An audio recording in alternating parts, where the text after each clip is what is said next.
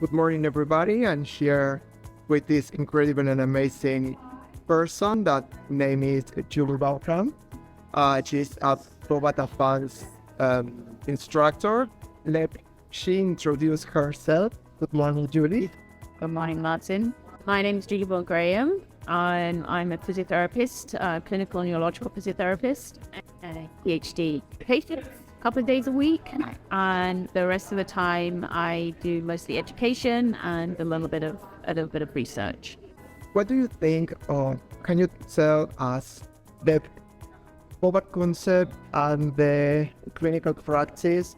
Bobath concept is also recovery of movement and lesion of the central nervous system. And I think it's critical.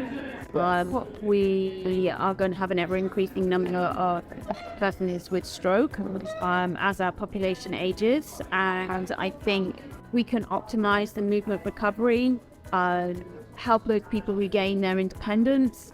It's better for everybody. It's better for them primarily, but it's better for social structure. It's better for our economic situation.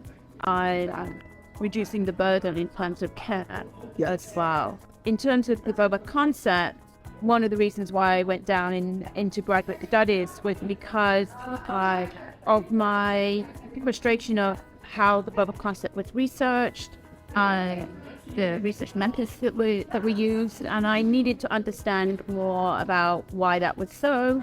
How could it be done? How could it be done differently?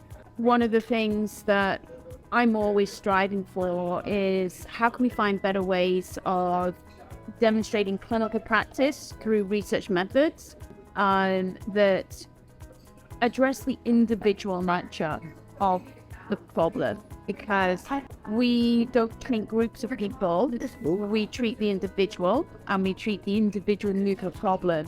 And even though a person may have had a left-sided stroke, that doesn't mean to say the next person who had a left-sided stroke is going to present in a similar way. Yes. Finding that way forward. And then the other part of it is educating people on what is the contemporary Bobath concept. Yeah. How is the Bobath concept aligned with current theory in motor control? How do we use the knowledge of the neurophysiology to help direct our clinical practice?